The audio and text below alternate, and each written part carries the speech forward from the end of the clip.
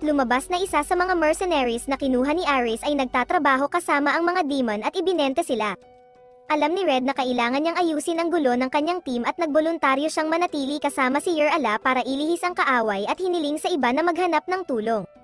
Nag-alala si Reed para sa kanya pero tiniyak ni Red na magiging ayos siya. Pumunta sina Reed at Ruthie sa kalapit na bansa at bumalik na may reinforcement habang nagdarasal para sa kaligtasan ni Red.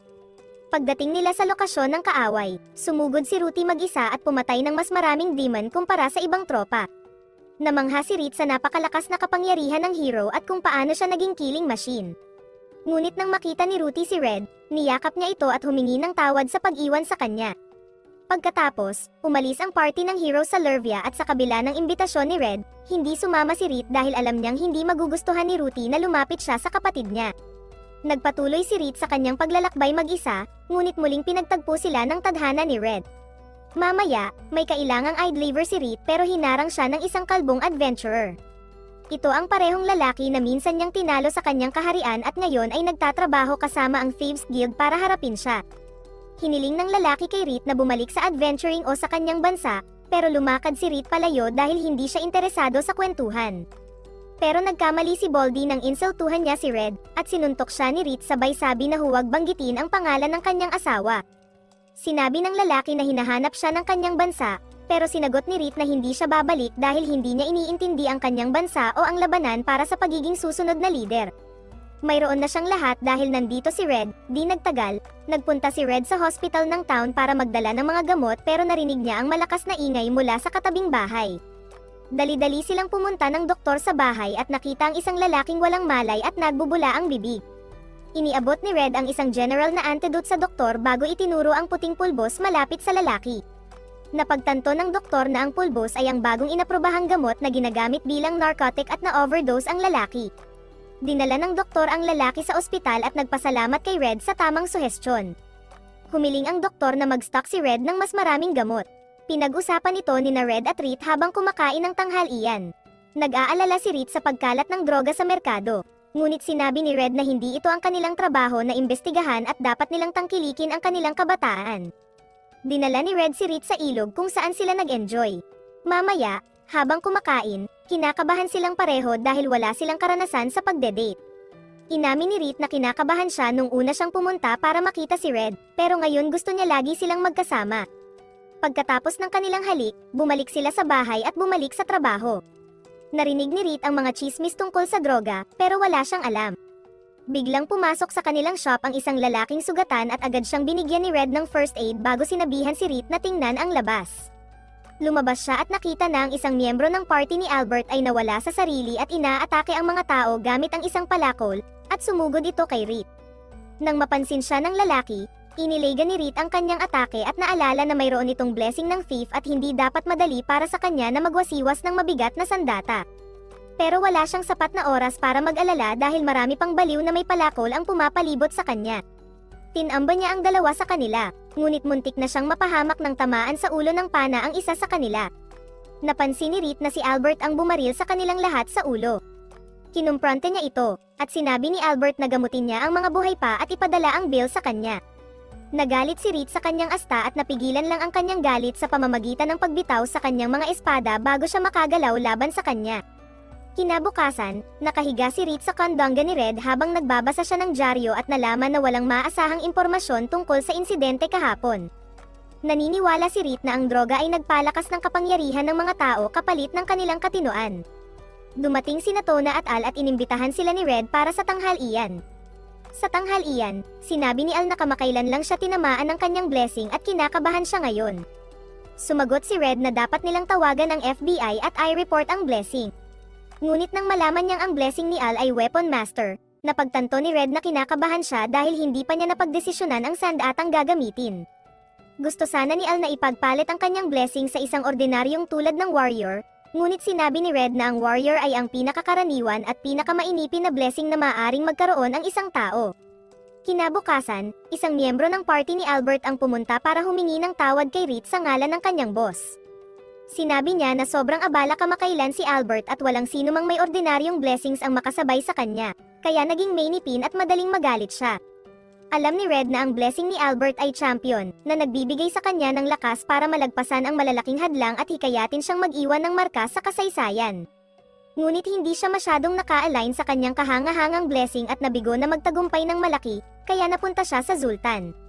Ngunit ngayon, sinisikap niyang maging champion ng bayang ito. Di nagtagal, dumating ang isang bagyo at pagkatapos isara ang lahat ng bintana, gumawa si Red ng honey milk para kay Reed, sinasabing paborito ito ng kanyang kapatid na babae noong bata pa siya. Naalala niya ang nakaraan nang umalis ang kanilang mga magulang para bumili ng gatas at hindi na bumalik, kaya kinailangan nilang mamuhay bilang mga ulila. Isang gabi, may malakas na bagyo at tahimik na nakaupo si Ruthie sa isang sulok. Sinabi niya sa kanyang kapatid na hindi siya natatakot sa bagyo dahil siya ang hero. Hinawakan ni Red ang kanyang kamay, nagpapalusot na siya ang natatakot, at masaya si Ruthie na umaasa sa kanya ang kapatid. Sinabi niya na mahal niya siya, ngunit hindi sa paraang Alabama, at hiniling na pangako niyang laging mananatili sa kanyang tabi. Sinabi ni Red na hindi niya magagawang mangako ng ganoon dahil gusto niyang lumabas at maging knight na sapat na malakas para protektahan siya balang araw. Naistorbo ang matamis na pagbabalik tanaw ni Red nang may kumatok sa pinto, at pagbukas niya, nakita niya ang doktor na buhat si Al na sugatan. Tinulungan ni Red ang doktor na gamutin ang bata, at sinabi ng doktor na may mga fragmento ng bato na naiwan sa sugat sa ulo ni Al. Di nagtagal, nagising si Al at sumigaw na inatake ng bully na si Ademi ang kanyang bahay gamit ang palakol at nasugatan ang kanyang mga magulang. Agad na tumakbo si Red sa bahay niya at natagpo ang buhay ang kanyang mga magulang at hindi nasugatan ng palakol. Dumating din ang doktor at tinulungan silang makarecover. Lumaki ang insidente dahil si Ademi ay anak ng kapitan ng Town Guard, at gusto ng publiko na akuin niya ang responsibilidad. Hindi na nakita si Ademi pagkatapos ng atake, at inakusahan din ng mga tao ang Town Guard na tinatago siya. Samantala, pinatuloy ni Red at Reed si Al sa kanilang bahay habang nagpapagaling. Kahit ilang araw na ang lumipas, mababa pa rin ang loob ng bata, at isang umaga, hiniling niya kay Reed na turuan siya gumamit ng espada. Nagbigay si Reed ng ilang basic na leksyon at pagkatapos ay nagpahinga habang umiinom ng hot chocolate habang patuloy na nagpa-practice si Al. Nag-aalala si Reed na baka hindi siya magaling na guro, ngunit sinabi ni Red na magiging mahusay siya, at nagsimula silang mag-flirt. Bigla, dumating sina Gansen at Now at sinabi sa kanila na dinala ng Town Guard si Tona habang naglalaro at hindi man lang nagpaliwanag. Pumunta ang kapatid ni Now para makipag-usap sa mga guard, ngunit hindi rin siya pinapasok. Pumunta sina Red, Reed, at Al sa ulo ng guild at hiniling na pakiusapan ang Town Guard na ibalik si Tona. Pumayag ito dahil gusto niyang malagay si Reed sa utang na loob, at binigyan sila ng rekomendasyon. Dinala nila ang sulat ng captain sa Town Guard at ipinakita ito sa mga gwardya na tinawag ang kanilang captain, ang tatay ni Adi.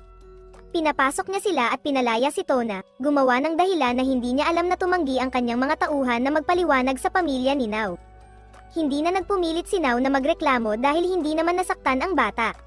Tinanong ni Red ang captain kung bakit niya inaresto si Tona, at sinabi ng captain na may hinala siyang isang residente ng Zultan ang pumatay sa kanyang anak, kaya gusto niyang mag-interrogate ng isa sa mga kaibigan ni Adi. Paalala ni Red na ang anak niya ang salarin ngayon, ngunit hindi naniniwala ang captain sa testimonya ni V at inakusahan pa ang mga magulang ni Adi na nagkunwaring nasaktan para idiin ang kanyang anak.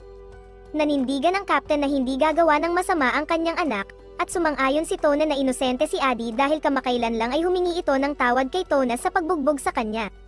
Sinabi ni Adi na gusto niyang maging Town Guard at protektahan ang mga tao, at nangako na hindi niya sasaktan ang sino man ng walang dahilan. Naguluhan ang lahat sa narinig at hindi mabuo ni Red ang impormasyon. Pagkatapos, hiniling ng captain na manatili sina Red at Reed para sa pribadong usapan at hiningi ang tulong nila sa mga problemang kinakaharap ng bayan. Una, hiniling niya kay Reed na makipagtulungan at siyasatin kahit nagretiro na siya sa adventuring, at positibo ang sagot ni Reed. Tinanong ni Red ang captain kung gumagamit ba ng narcotic ang kanyang anak, at nagalit ito, iginiit na walang sino man sa kanyang pamilya ang gumagamit ng droga. Ngunit nang isipin ni Red ang pagkakatulad ng kasong ito sa isa kung saan naging bayolente ang mga adventurer, inamin ng captain na tila binibigyan ng droga ang mga tao ng pangalawang blessing. Bumalik si Red sa shop, ngunit lumabas si Reed para imbestigahan ang droga. Gusto sanang mag-ensayo ni Al kasama si Reed, kaya nag-alok si Red na turuan siya gamit ang Wallace. Itinuro niya kay Al kung paano mapanganib ang padalos-dalos na pagsugod sa kaaway. Mabilis matuto si Al at patuloy na nagprakti hanggang paglubog ng araw.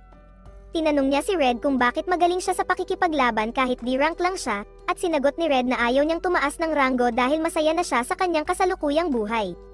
Nagulat si Al sa sagot ni Red at pagkatapos ay sinabi niya na ilang oras na ang nakalipas, isang kakaibang lalaking may isang mata ang dumating sa shop at nagbigay sa kanya ng espada.